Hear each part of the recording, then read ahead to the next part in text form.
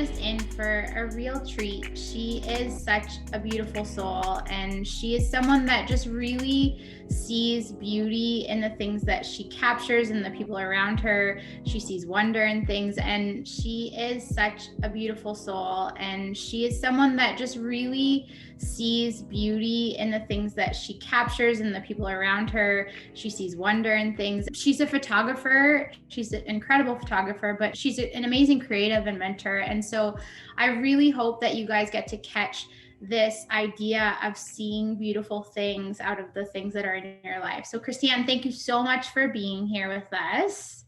My pleasure. I was so excited to interview you. Let's just go to it, and let's talk about who was Kristy-Anne when you were like a young little girl. I know now, like, I watch you take photos of your kids and they're so beautiful. When you were a kid, what were some of the things that inspired you, or things that you thought you might become when you were older? I always wanted to be an artist. So even from a young age, I was always drawing. I did every sort of craft, like cross stitch and scrapbooking and any of the things like that you could do. I did them all. And I would draw and paint in high school and took a photography course. So I was always doing all the arts. They would have said I was a nerd as well. I liked my books, and I definitely dived more into the arts and those kind of things than with people, but that's okay. So yeah, not too far off from what I am now. Yeah. And so growing up, what were some of the things that you, like some of the people in your life that really challenged you or mentored you or inspired you? My parents were really good about not forcing my brothers and I into a traditional lifestyle. Their goals for us were never these giant business goals or us being high-powered, successful people. They wanted us to do what was in our hearts. So they were really good about just nurturing wherever and whatever we wanted to do. So they were instrumental in just helping me not look outside of what I was good at for an alternate path. It just felt fluid. I would also say I got a job opportunity when I was in high school working for one of the big photographers in Saskatoon where I lived. And she was a big encouragement as well and inspired me on my path. It's pretty amazing because there's a lot of people that don't get that freedom to be in the space that they're in when they're young. There's a lot of pressure. And so it's really cool to see that you had that when you were young, because you can see it in your photography now because you've had so many years to build on top of each other. So you did photography at a young age. So did you do a lot of normal jobs? How did you come to this place of being a photographer? Yeah. Okay. So in high school, like I did work experience, which was a course in high school. And so I opted to work for the photographer that I esteemed the most in our city. And she took me on, and then she offered me a job after. And from there, she told me about this school in Edmonton that was one of the best photography schools in the country, besides like one in Ontario and Vancouver. And so Edmonton was a lot closer. And so I applied, I got in, which there's not a ton of people that get in. So that was just everything just opens the doors for the next step. When I finished that, I got offered a job again, probably I think through a work experience program. So I got offered a job working for another photographer as a sub photographer for a stock agency. So I lucked out getting all of those things just offered to me. I worked with that stock agency for quite a few years, and it was just during this switchover in photography from film to digital. So I'm old enough to have experienced both. So the technology was a lot different back then, but I learned a lot the hard way because there was no tutorials, there were no blogs, there was nothing like that. So we were all just figuring out Photoshop basically on our own. We didn't learn Photoshop really in school. I had to learn that after. So I worked for this person and we were all figuring it out. And I eventually went out on my own shooting families and weddings and stuff because there was enough demand, and I had got married and moved away from my city. So I started out on my own around that time. And because there was enough people that had seen the work I was doing for the stock agency, there was enough people that were interested in my work to start off with. And it's just been word of mouth from there. That's amazing. And so as you decided, okay, I'm going to go off on my own, things are changing, what were some of the challenges that you faced? I think as any creative, you face internal challenges, fears? Like, what were some of those things for you? It was scary saying so long to one thing that I'd been doing for a long time. And this also started around the time I moved cities again. So although I knew a few people, I didn't know a ton. So there was just the fear that would there be enough clients? Like, would enough people be interested in what I do? There's always the self-doubt. Am I good enough? Those were the challenges, because before it was a different goal or a different kind of way of making money. And in this, it was like, people have to come to me to hire me. Will they come? Yeah. And can I do this? Like, I was working with families and weddings and stuff then, versus planning my own shoots and then being purchased by people after. So it was just a little bit different. So I think a lot of it was just hoping that there'd be clients. Mm-hmm. And it sounds like for you having that probably confidence at a young age in terms of like your own abilities and just growing on that, like with the opportunities and stuff. Do you find as you evolve as an artist, do you still picture yourself sometimes like that whole imposter syndrome of you're back at the beginning and am I really worth this? Or do you ever struggle with those types of things? Absolutely. And you'd think because I've been doing this long enough that maybe I would have the confidence, but I think it's just a battle that the artist is always going to face. And maybe not even the artist, but in any kind of thing where you're running your own business, you're always going to have those challenges arise. And so to squash those, I just come back to my truth. And sometimes I even just look like at my portfolio, or I try to focus on the beauty that I have created. I think you'll hear this with anyone, but just stopping comparing my work to somebody else's and focusing on like the collection of art I have created. I love that. And I think this whole idea of brand you is about knowing who you are and that internal brand and not trying to be like everybody else. And that you do that very beautifully. And I think people are drawn to you because of that. So just maybe talk about some of the amazing experiences that you've had and connections you've got just by putting your stuff out there. Yeah. So I've been lucky enough to, I feel like, have people connect with me first. And so because of that, people have brought me to brands. Somebody that's maybe working for a brand right now, I'm working with Baby Gourmet, which is like a baby squeeze pouch food thing. But anyways, it was somebody else who like loved my work and followed it and brought my name forward to their team as being their new photographer for their rebrand. And that doesn't come from me showing a lot of corporate work or commercial work, but it was something that they connected with me.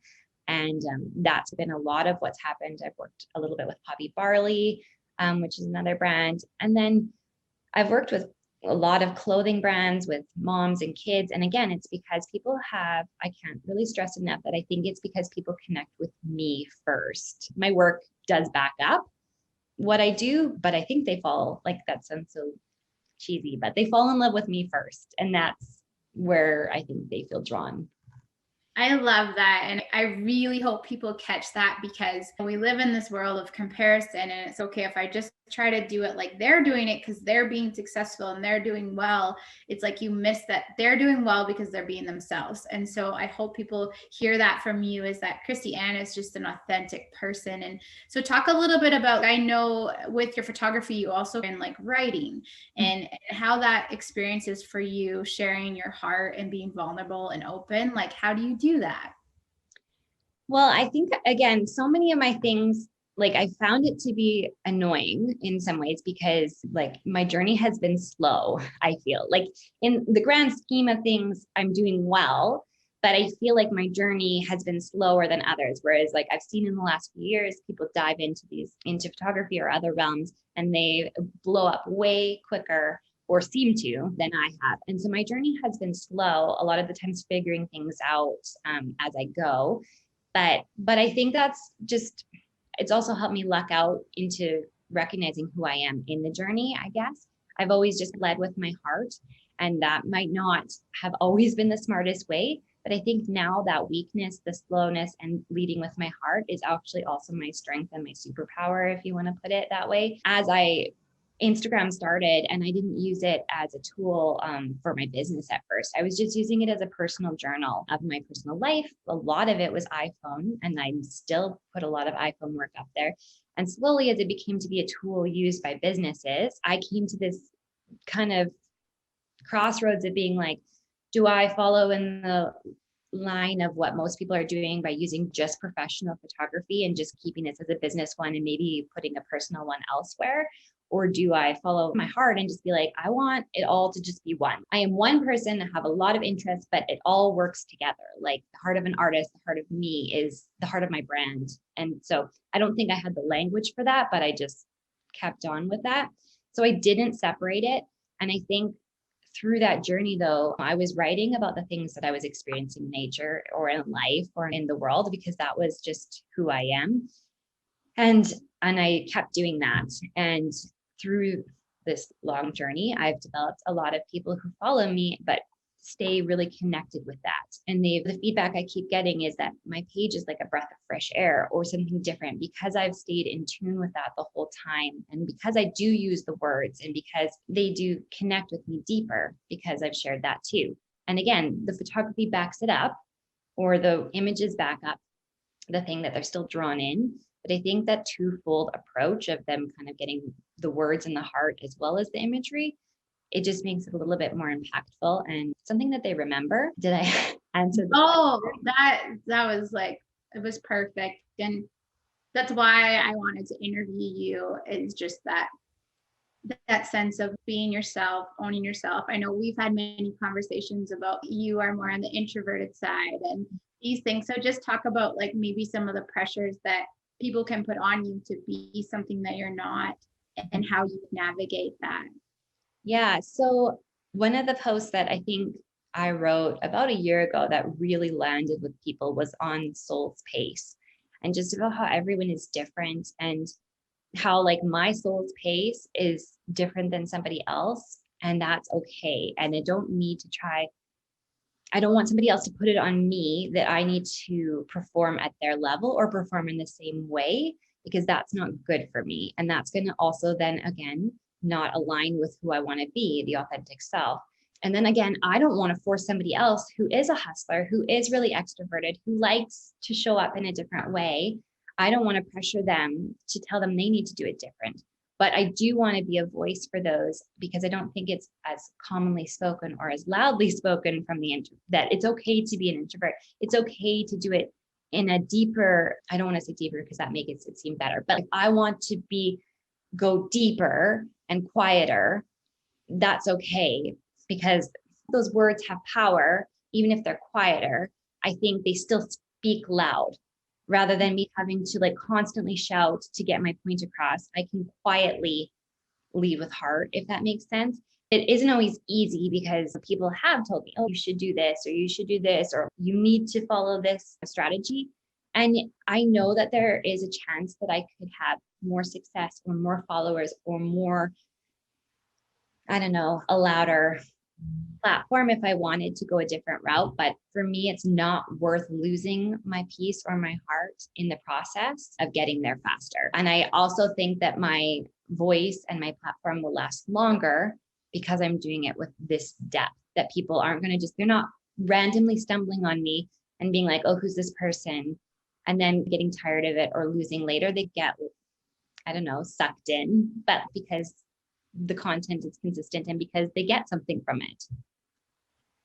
Yeah. And I think every one of you needs to go follow her, and you'll see exactly, it's who she is on this interview is who she is on her page and in everything she does. There is this idea, and I've talked about this before, but in the world we live in, where there's this instant gratification, this instant success and I think it's all how we define these things, but success is really being authentic to who you are. Success is being whole, and you emulate that and you get to offer that, because you get to offer that wholeness to people, and it's not just like a variation of you that isn't authentic. It's really who you are. So it's almost like the idea of watered down versus like the real juice. Like they're getting you. I encourage you guys that are watching to really tap into that idea of the long game, and that it doesn't have to be quick and overnight. It needs to be you. And I'm sure that can happen for people, but I think there's beauty in the journey, and you share that. So thank you. It's amazing. So what would you say to people who are they're in this space of watching these videos and being inspired and thinking, okay, I want to like figure out my voice and how I connect with all these things? What are some good tips to just like connecting with that, do you think? I think that you need to connect with yourself outside of just trying to figure out or push your brand. So it's all good, but as many writers will say better, you have to start with your why. You have to start with, I think, knowing yourself. If you don't know yourself and you're trying to push your brand, like it's different if you work for somebody else. But I think in this day and age, if you are your brand and you're doing that, you need to know who you are. You need to spend some time, I think, being whole, or at least for all a work in progress, but putting some time into yourself, allowing space for yourself to grow and develop some confidence, because that will pour into the other side. I think just knowing who you are and being confident there. Because if you're just like shaky and you don't really know what you're wanting and you're looking, especially if you're just looking on Instagram and stuff, you're going to see so many things that pull you so many different ways, and you're going to love this and you're going to love that, and you're really not going to know who you are. I think when you start with that time into yourself to get to know yourself, then it's going to flow out. So that time is going to be time well spent, however that looks for you. So good. Okay, so now you have a brand, you have people following you. What is the legacy you want to leave, and what do you want people to feel when they come to your page or they meet you in person? What are the things that you want to impart in people? I'm an encourager by nature, so I hope that with whatever exchange I offer, they feel encouraged. And I've always had this thing that I don't want to be the type of beautiful that makes somebody else feel less beautiful. I want to offer the kind of beauty that makes somebody else feel more beautiful about themselves in their own life. So I think that comes into play with the photography that I do for others. I'm hoping that they can see beauty in themselves that's maybe not the traditional way they expected to see it, but potentially is deeper, like that they could see something else in themselves. So in family photography, like I'm hoping I capture something subtle in their family photos that's more true, that in 10 years or 5 years or whatever that looks like, or even next week when we're in another lockdown, or who knows what's happening, there'll be truth there that holds them. That's not just like the traditional smile. There'll be something deeper that I capture that reminds them in the hard times of what is true or good, or doesn't even always, and they might even doubt if it's true, but seeing it visually will help hold them to something that is deep. And then also, again, for women, when I'm working with them, I want them to see themselves as beautiful, because I can even try to take a selfie and I don't think I can do it well, but I'm hoping that I can spend the time and capture something authentic that will make them feel beautiful. And because I teach now, I'm teaching more photography for people. I'm hoping that I can help them use the tools that I teach to see their own lives as beautiful. So beyond just seeing like themselves as beautiful, that they can see their lives beautifully and capture it that way as well. Yeah, so good. For those of you that are like, oh my gosh, this girl's amazing and I want to have what she has and I want to learn those things, you should definitely find her, and we're going to make sure that you have access to the things that she teaches. But Kristy-Anne, where can people find you if they want to? So on Instagram is probably the best way to stay most up to date to what is happening in my life. And that is just with my full name, Kristy-Anne Swarts, which I'm sure you'll link to. I do have a website, which is upandawaystudios.com. I'm not the best at updating it, but it's a great way to just overall scope of the work I've done and created, and the feeling that I want to evoke with that, which is like that feeling of magic, wonder, and hope. My motto slogan thing is see beauty, see wonder, see fun. So I try to capture all those things within my shoots if possible. That's the goal. And yeah, so those two places, but Instagram stays up to date with like workshops or things that are happening.